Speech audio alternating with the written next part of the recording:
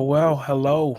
We have arrived. I've been so looking forward to having this conversation with you guys, and we are going to get right into it. So, the name of this panel is The Classroom Revolution Igniting Minds in the Age of Disruption. And I love that word, igniting. And we're gonna ignite this panel by you guys introducing yourself first. And as you introduce yourself, just give a quick note as to why this conversation is so important in this moment in time. So I first see Ellie next to me. Okay. Hello, everyone. My name is Ellie. You can also call me Eli, last name Blahen. This conversation is very important to me as a recent graduate in my master's program in data analytics and computational social science, but also as somebody who very much so advocates for technoliteracy as a bridge and barrier to power, and how important it is to spread and share technoliteracy as technology advances. Thank you, Dr. Morris. Hi, everyone. I'm Dr. Messina Morris. I am a senior assistant professor in the Department of Education at Morehouse College. I am trained as a biomolecular chemist and am the first Metaversity director in the world, where we teach our courses using immersive virtual reality at Morehouse College in Atlanta, Georgia. So I am the director of Morehouse in the Metaverse, and we have taught over 43 virtual reality courses across all disciplines. We also have flipped the classroom and allowed our students to become prosumers, so consuming the content, but also producing content. Our students just put on a wonderful gala for the third year in a row in the Metaverse, but we do experiences as well as academic courses, have seen student achievement gains increase and no learning losses. So I'm really proud to say that. And what excites me about this panel is just being in the room with so many brilliant minds and people that are pushing forward the landscape of education using technology to do it regardless of discipline. So that is what I call building the metaverse table and building it right. Absolutely. We got another doctor in the building, Dr. Francis. Hello, how are you doing? Hello, everyone. I am Dr. Tammy. I go by Dr. Tammy. I'm at Del Mar College, and I've been an educator for over 23 years. And I also play in the space of just educating the community around the world, the globe, about retooling, upskilling, and reskilling. And so I am more interested in that. That's what I do. I like to have those conversations with my students. I am at a community college, and so those students in my classes, I'd like for them to start thinking about the future. What does it look like? What does the workforce look like in 4 to 6 years? Because many of them are non-traditional students, and so their engagement with technology is slightly different from the younger generations. And so that's typically what I like to talk about. And I'm excited about this panel because I get to have that conversation.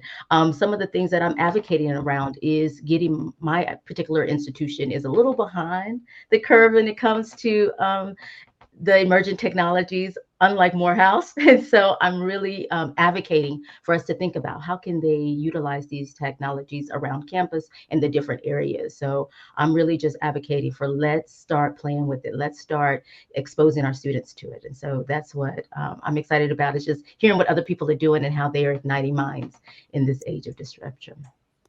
Okay. Alan?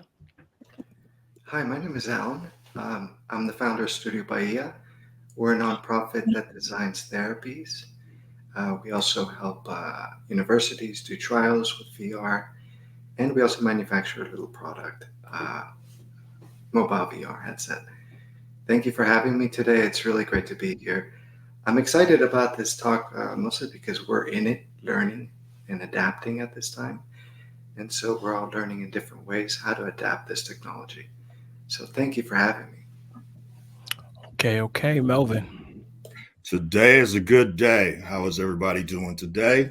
Great. I'm so excited. I'm about to get up and get my whiteboard, and we're going to do a session. Let's let's go. Come on, Mel. Let's do it. Melvin Anderson, CEO of Explore Skills, based in DC. Just moved from Atlanta a few years ago. Niece was just a first-year Spelman, so I'm excited for the Atlanta people. Send her my way. Send her my way. Definitely. You know I'm going to do that. But we are software developers of what's called career discovery tools for grades 3 through 12. What we do is we developed an ecosystem of 5 apps that exposes careers based upon the brands that kids use. How many careers are involved in taking a Nike shoe from an idea to my foot? Kids don't have a clue. It's 500 plus careers. How many careers are involved in making a movie? Count the credits is more than 1,000. So our platform uses the brands to draw them in, and then we show them all the opportunities within that brand. We do a soft launch this fall nationwide. It's free to all K through 12, but it's for profit. We got to make that money, that generational money. The second component we recently deployed is Project ESC, which is a project solely for U.S. Department of HUD communities. If you're not in one of these communities, you cannot participate. And I'm catching hell for not letting others in.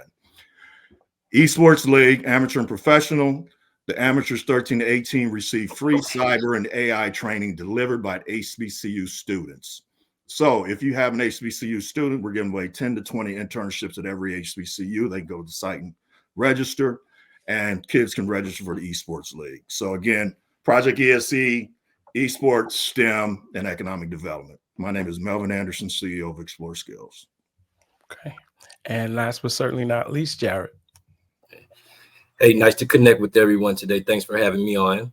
My name is Jared Arms. I'm the founder and CEO of a nonprofit called Kyler.io Foundation, which was founded in 2014, based in St. Louis, Missouri. And I have a personal mission with trying to decrease gun violence by increasing STEM awareness. So for the last 10 plus years, I've been just teaching students from K up into college, just all the advanced tech skills from web development, Web3, cybersecurity, and all of that great stuff. We work with different corporations such as Aldi's, H&R Block.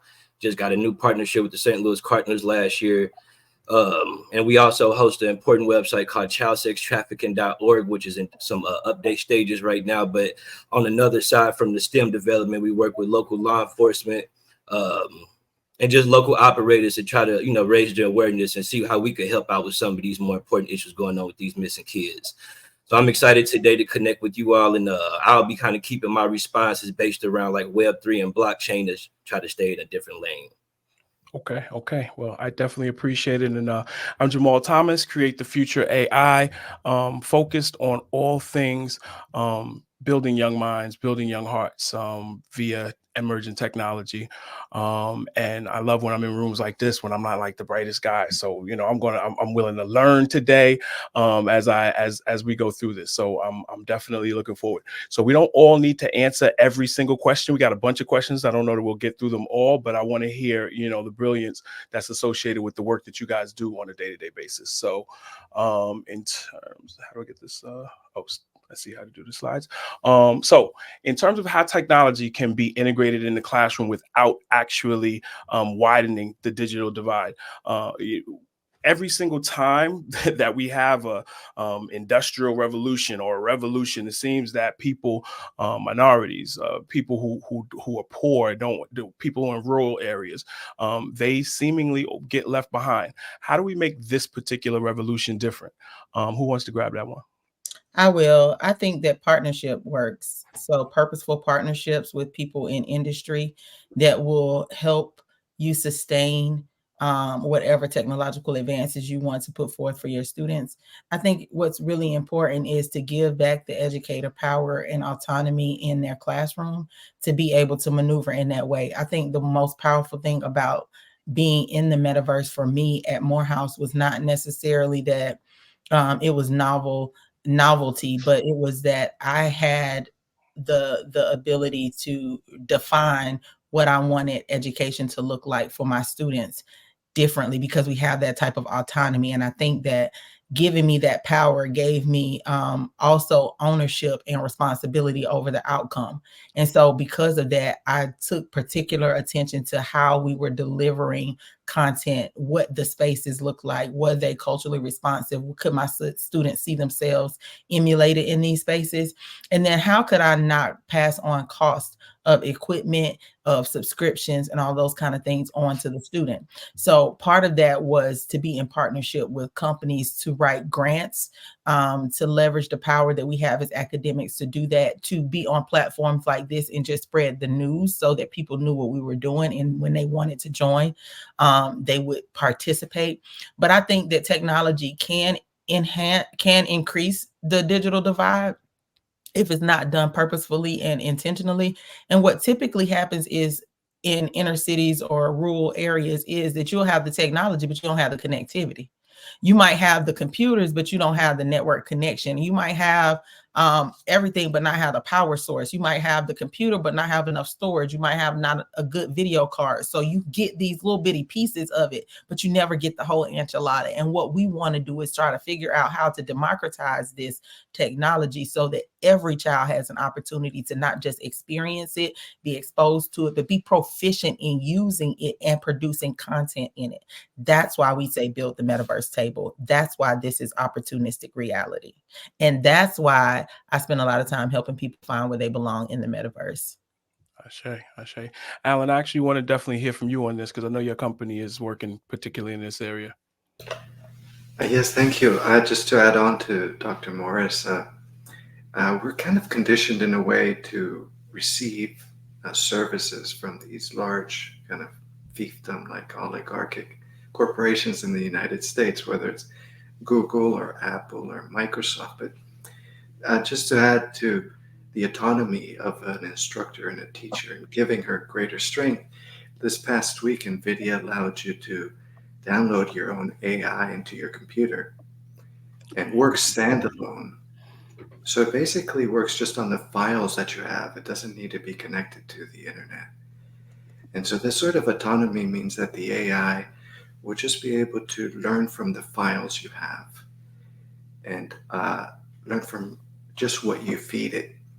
So the conditioning we have is that we need these services. And there's, I think, that a new trend in AI where you have your own AI. And that can help a classroom teacher to better understand where each student is in their development, where their own curriculum needs improvement or so forth.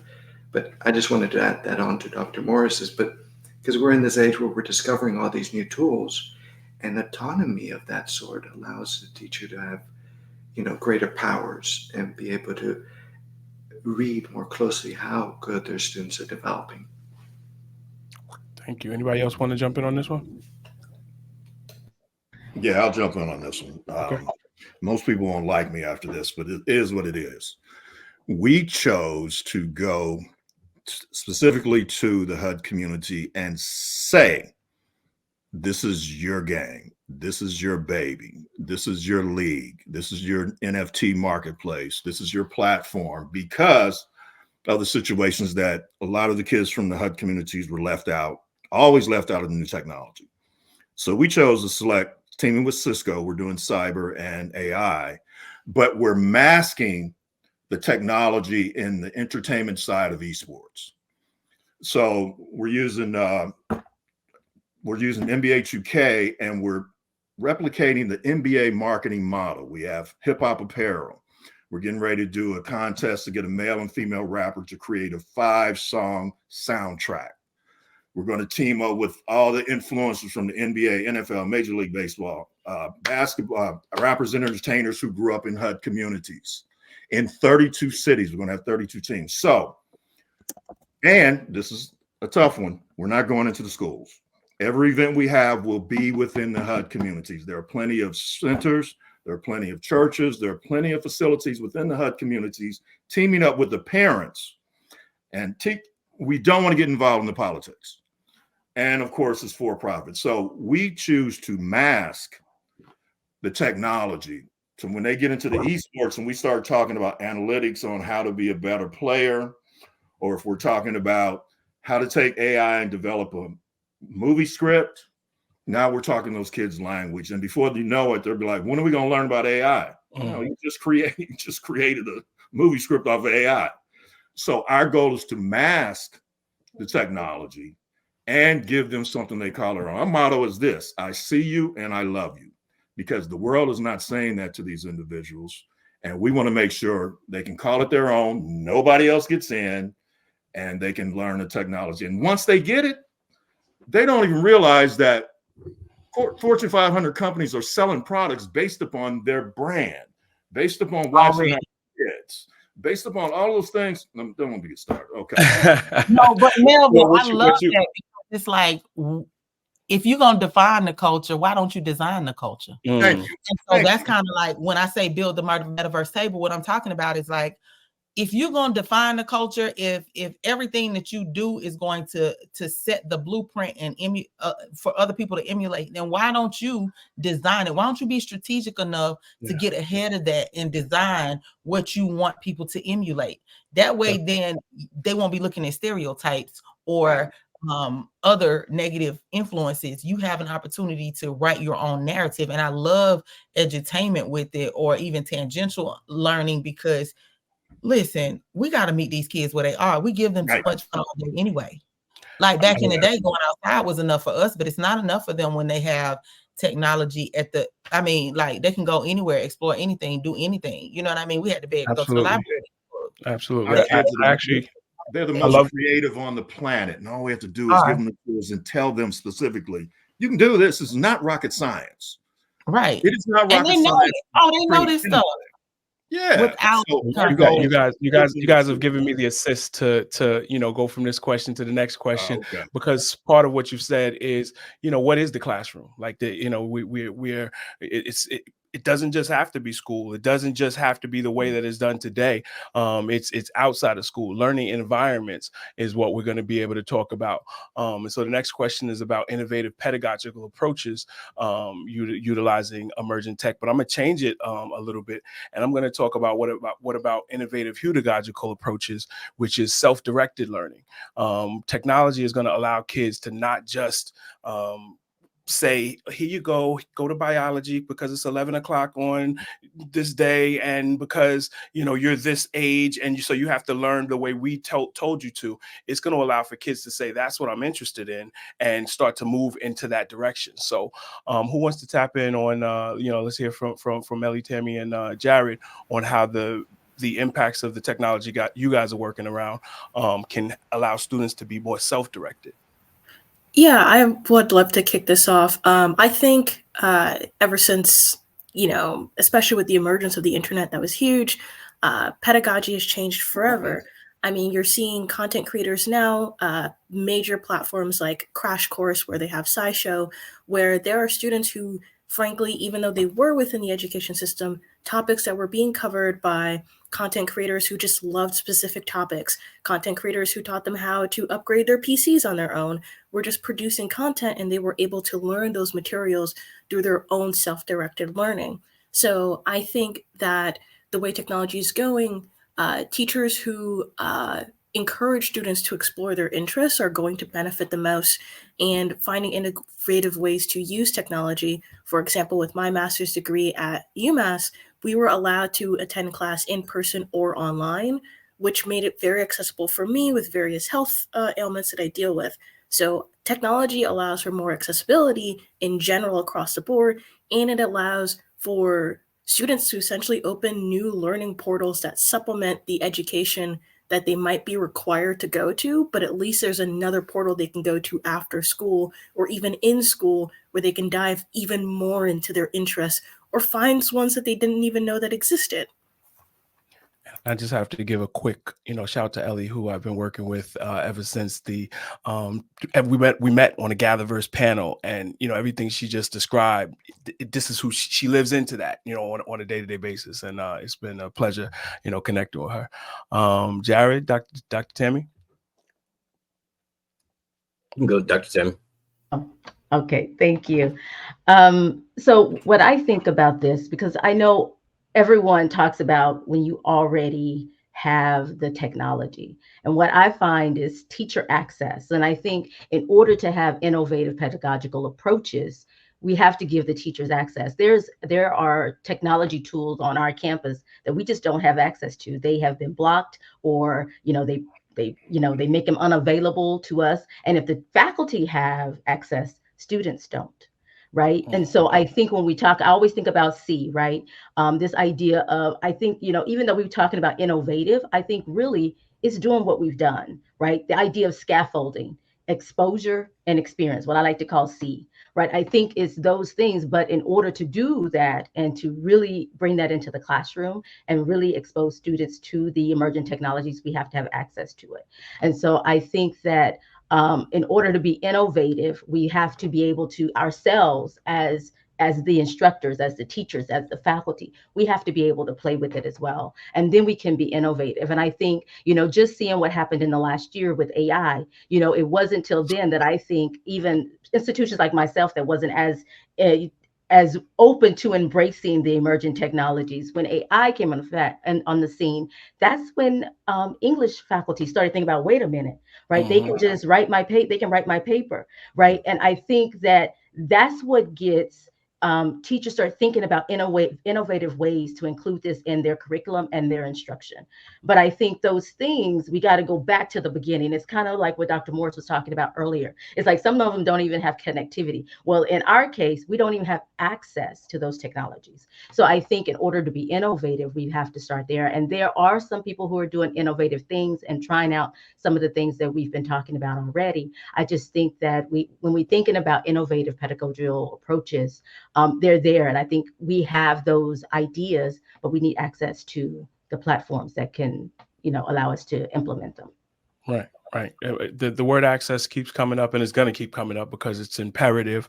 But I was also hearing in what you're saying, the idea of learning and unlearning. So, and that's for the young people, that's for the staff, that's for everybody. And that's a cultural thing that we need from top to bottom in schools and government all over the place in order to allow for some of these changes that we're discussing to start to happen. Okay, Jared, it's all you, bro. Oh, yes, sir. So 2 things I was thinking of based off 2 things I've done in the past. We have a real nice, close relationship with the St. Louis Family Court System. So working with the Juvenile Center, we started working with them about 2017. And that's something that's real important too. Losing like over 25 friends just due to like the different gangs and stuff like that in St. Louis. When I'm asking some of these parents, you're not going to ask like some of your deceased friends or family members, the parents, what you want to, a good parent not going to tell you to go out there and create more violence. So trying to create these, trying to teach these kids to not grow up and do some of the things that a lot of people done to some of us in St. Louis, that's like real important. Anything that they got a connection with, they open to learn about. Thank God I have like a passion for technology, but that'd be real important. And a lot of the deputy juvenile officers I work with who are African-American tell me a lot, like if they wasn't in position, it may not be as easy to get my program in some of these juvenile centers. So that'd be real important. And not just, teaching them the tech skills, but also trying to build their brotherhood with the African-Americans, the white boys, making sure, because we like a diverse organization, so we like for all of the kids. On a whole nother note, we got another partnership with this organization called Wings of Hope, and they basically like try to help families that's like say like on these islands that's like trapped around these 200-300 mile rivers where banks, grocery stores, schools and stuff right now is just not an option nor a reality. So being able to create these different, say, tokens or cryptos or different reward systems on the blockchain, they got different they have like say different former pilots or different people, like Boeing may donate different like mini airplanes or something like that for them to fly over there, and they help them with a lot of different resources, really airdropping resources in a sense, but some people they get on the ground with. So when we try to come on board with stuff like that, it's tablets, like she was saying, connectivity and things like that, access, that's a huge thing. So it's so many different factors, and we even got communities in Fiji reaching out to us. That's like it's a high activity of practice of cannibalism, and ministers and different churches want us to work with the preschoolers to just create a whole different mentality using like technology, which I think is awesome for like the positive way we can go about it. So there's just 3 little things right there aside from like the local stuff in St. Louis going on. When I'm looking at like access, connectivity from like a local and global standpoint, it's different challenges. Got it. Yeah. So this is going to take us right to, and I know everybody's not like in the classroom, but I know you guys do have suggestions for folks who are, and I want to hear something kind of one quick thing from everybody around how educators in this time can best prepare students for when they get out of school and the workforce. So I'll go. Go ahead. So I'll go. One, I think is curriculum. And when we think about curriculum, we think about just what we're teaching in our classroom. Curriculum is bigger than that. I think it's all the types. There's 8 types, 7, depending on which theorist you follow. But there's all these types of curriculums. And I think we need to think about, like, especially if we're like in a higher education space or at a K-12 and not the more traditional educational setting, to prepare students for workforce is to look at how is our degree plans. What do those look like? What do those courses look like within those degree plans? How are they embedding the technologies that we are talking about? How are they talking about what the future of work looks like for those students, for those individuals? And what, depending on their career, will they have marketable skills when they're done, right? What are some of those things that we have? And not only that, but in the actual class, right? What are those things that you're embedding in your class to prepare students for the future of work? What are those technologies? Part of this is giving them exposure to those things that they were going to be encountering. I was at a conference last week, and one of the instructors was saying, my students are not going to use AI. They are in the industrial trades, at a community college where typically we have industrial trades and we have the academic side. And they're not going to use it. I'm like, wait a minute. Now we're talking about machine learning. We're talking about robots. We're talking about things that actually involve AI. Like, you're still going to use all these things because in 4 to 6 years, many students, especially at a community college, you're part-time. And so when they are moving through, they don't finish necessarily in 2 years like the degree plans are set up. Sometimes it's 4 or 6 because they have all these other things. So you got to think about what are they doing in the future. So some of those challenges is really getting one, the mindset around what this looks like for the future, and then embedding those things into your curriculum. Industry partners, I heard partnership earlier, getting those people who are actually in the space, some of you actually that are doing some great things, bringing them into the space and exposing students to it. Speakers, you could even join them in the metaverse, right? And have these conversations. Like, there are ways to expose them to it and to start thinking about what does it look like. And I think part of it is always vision, purpose, vision, and mindset. And I think that's where we could start and including that into the curriculum. I would love to follow up on that. I 100% agree that curriculum is key. I definitely know that I got into my space of research and cyborg anthropology through the creative classes that I had in high school, where I got to take physics of superheroes and paper engineering, and holistic creativity and exploration was always encouraged. I think within that, also teaching students how to recognize how valuable they are holistically and within their interests. Trade skills, I feel like, are oftentimes so undermined, and at the same time, trade skills are what allows us to create a lot of our technologies. If someone didn't understand steps A through Z plus, like what Melvin has brought up of all the steps needed to bring a Nike shoe to your foot, how is somebody supposed to be able to figure out, oh, we can automate this process, or we actually need somebody to oversee this process? I just want to give a shout out as someone who's a technologist to everybody who's working in the trades. We need you within daily life, and you are actually key and instrumental to our future technology. So yeah, recognizing the valuable and invaluable skills that folks of all sectors have, and encouraging those students through the curriculum, both in and outside the classroom, is instrumental. And some of what I'm hearing is like helping young people to understand their place in the world, and that's their place in the world today, so that they can understand their place in the world in terms of where it's going to be. So Melvin, you want to tap in a little bit more on that? I'm gonna get in trouble again. I'm gonna whisper this. We do not use the C word, curriculum, because C word automatically triggers bureaucracy. And me and my career, we've been through the bureaucracy of trying to get a product or something into a school district and talking to the board and getting approval from all the We're not doing it. That's why we refuse to go into the schools and go directly to the communities. Now, it's important. It's important. But we choose to go outside of the curriculum and just simply, we're going to present it to the community. And I will deal with the politics of the community before we'll deal with the politics of the school district. So forget I said anything about the C word. I'm for curriculum because at one point we have to deal with the schools to get them engaged in the community. But we try to steer away from three things: the C word, curriculum, saying these things. The second one is the T word, technology. And the third one is the M word, math. Because when you mention technology and math, you're going to lose 20% of the kids just by saying that, because they feel, as someone mentioned earlier, they cannot engage. So our goal is to engage with the curriculum, but be the disruptors to say we're not against it, but we choose not to engage, if that makes sense. We know we have to deal with it. Disruptors say, hey, we're not dealing with this. We're going to do it a different way. I'd like to pick up where Melvin left off. Alan, did you want to go?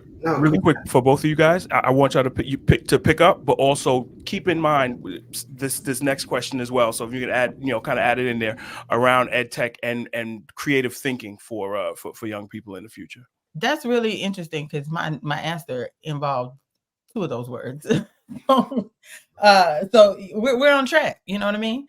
And Melvin, you're not gonna get in trouble here because we're all family and we need everybody's genius and everybody's understanding and everybody's everything, because we are losing people. Mm-hmm. And the big part of this whole summit is to have a humanity first approach to how we are approaching these emerging technologies and this innovation and then the future. So two things. When I think about educators are the architects of the future. Truly, educators make everybody everything. So they have to be well versed in what's going to happen in the workforce, what's going to happen even though they haven't even been in the workforce for a long time, in their discipline. So they have to be abreast of what's happening in industry and the way that their industries are being disrupted by technology. What is very frightening for me as a higher education professional and a professor is understanding the enrollment cliff that is about to happen in 2025, which is tomorrow. And understanding that there are going to be students and people who are unable to enroll in higher education just because of the sheer enormity of debt, the inability for them to access the classes, and life has changed where you can't be in a particular location at a particular time, all day long. COVID helped us accelerate through that, but geographical agnosticism is so important. Being able to be wherever you need to be in the world, still get your work done, still get your coin, and still get what you need accomplished in your life for your family, that's really paramount. So we need technology, but what educators are also going to have to be tasked with is not just educating students, but also educating companies about what skill sets that the students are coming out with so that they know how to best utilize them too, because we have to be in partner. When I say partnership, I mean that we have to create a strong pipeline, not just, oh, we got this pre-K to 12 pipeline. Oh, we got this pre-K to 16 pipeline. No, we need a pipeline from the time you breathe air all the way till the time you hit the grave. You are a lifelong learner, and we need to get out of this mindset of learning only takes place between K-12. But what these emerging technologies are allowing us to do, and what EdTech is allowing us to do, and what I help people figure out when I say help them find where they belong, is how do we incorporate these essential skills, these 4 C's that they say are paramount and necessary for 21st century skill development. And those skills are creativity, collaboration, communication, so being able to communicate, and create critical thinking. So if it doesn't matter what your modality is. It doesn't matter. If your students aren't gaining these skills, then you're in trouble. And I always say there's a 5th and a 6th C. I threw the 6th in just recently. But the 5th one is compassion, because if you ain't got no heart, if your heart ain't in it, honey, listen, you need to go back somewhere else, because it has to help people. It has to allow people to have gainful, meaningful employment. But the next one is common sense. Now, I know that sounds kind of crazy, but I had to throw that in there because some people, common sense ain't common. And some things you already know what to do. You just want somebody to tell you what to do. But we're in a era where we have to teach our young people how to think. So metacognitive strategies of thinking what you're thinking about, understanding yourself. Everything is so outward facing for them that we have to teach them how to look inward. So when we do meditation Mondays in the metaverse, that is intentional, because you need strategies on how to approach your day, how to transition into your morning, how to transition into, when we talk about goal setting and we're sitting here and we're writing goals down, smart goals, and explaining them to you and having you break them down and being real with yourself, that self-awareness is important to your emotional intelligence, which is going to make you more marketable to whatever job it is. But we can't also be afraid of technology. Everyone has to be technologically adept, as well as proficient in understanding how to use it. So educators got a lot on their hands to do. And my job is to train the educators and make sure that they have the tools they need to be well and show up and be present. So if you want to be trained, if you want professional development in that way, that is what I do, because educators have a lot on their plate to be responsible for in this next age.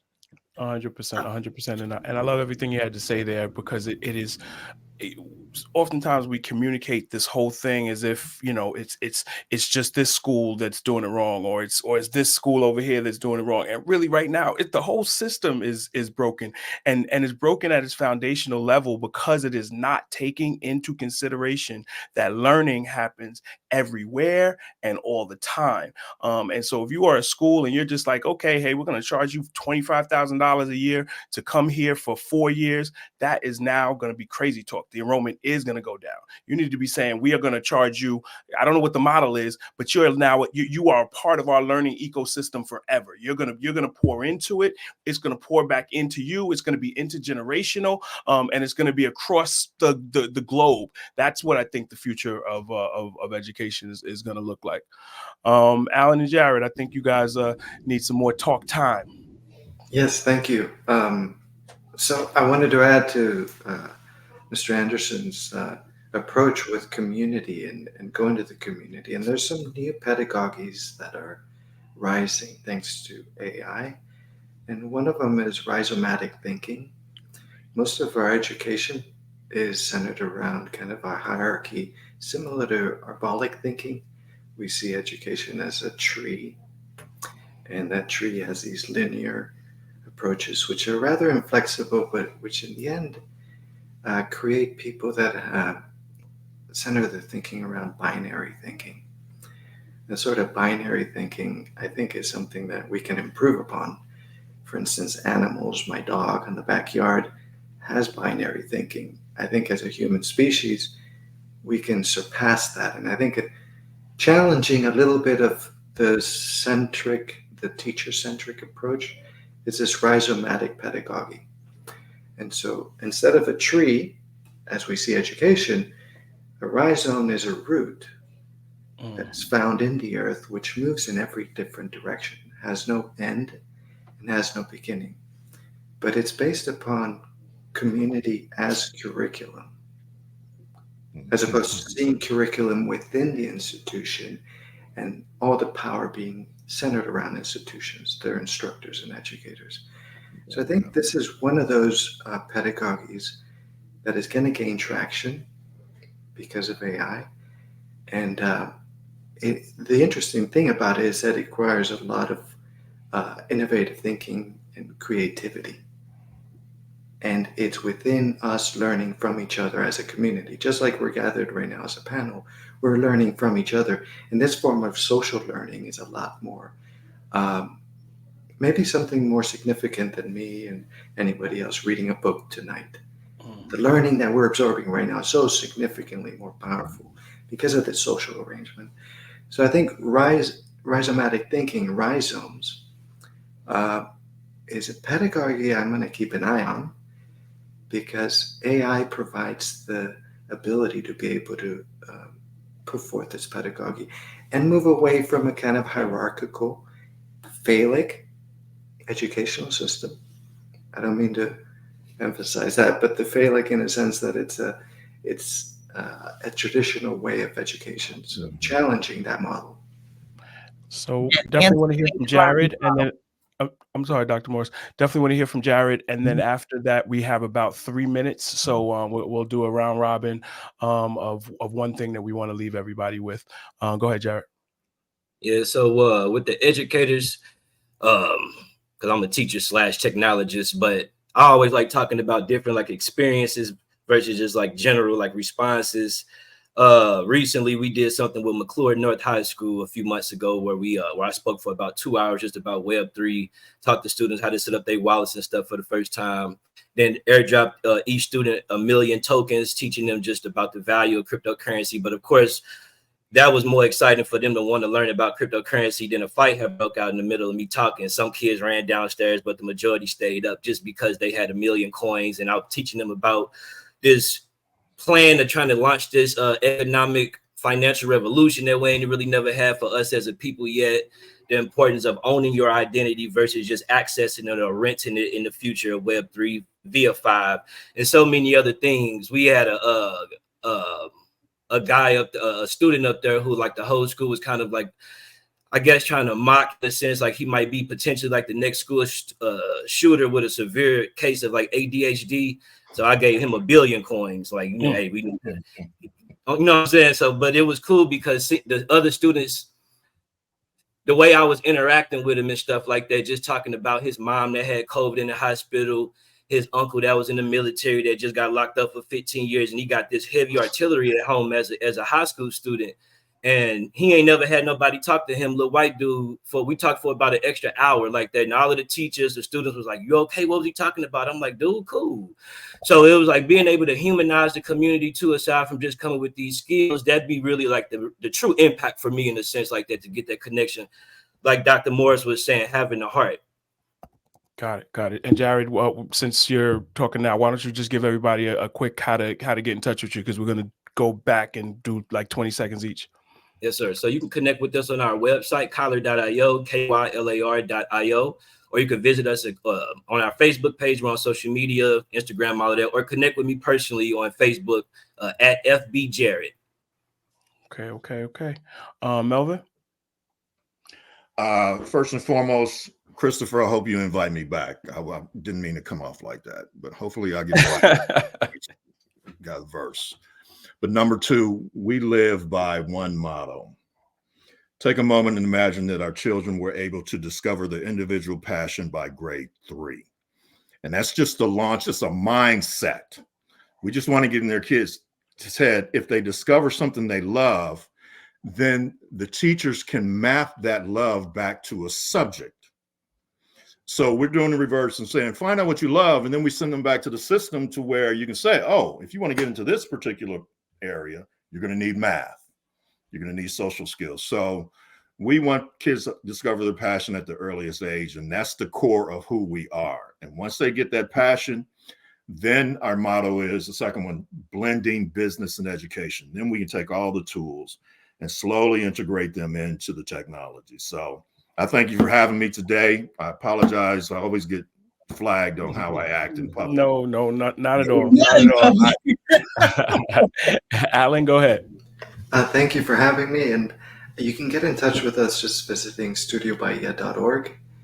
And you can also write to us if you have ideas for therapies. We do design a lot of therapies.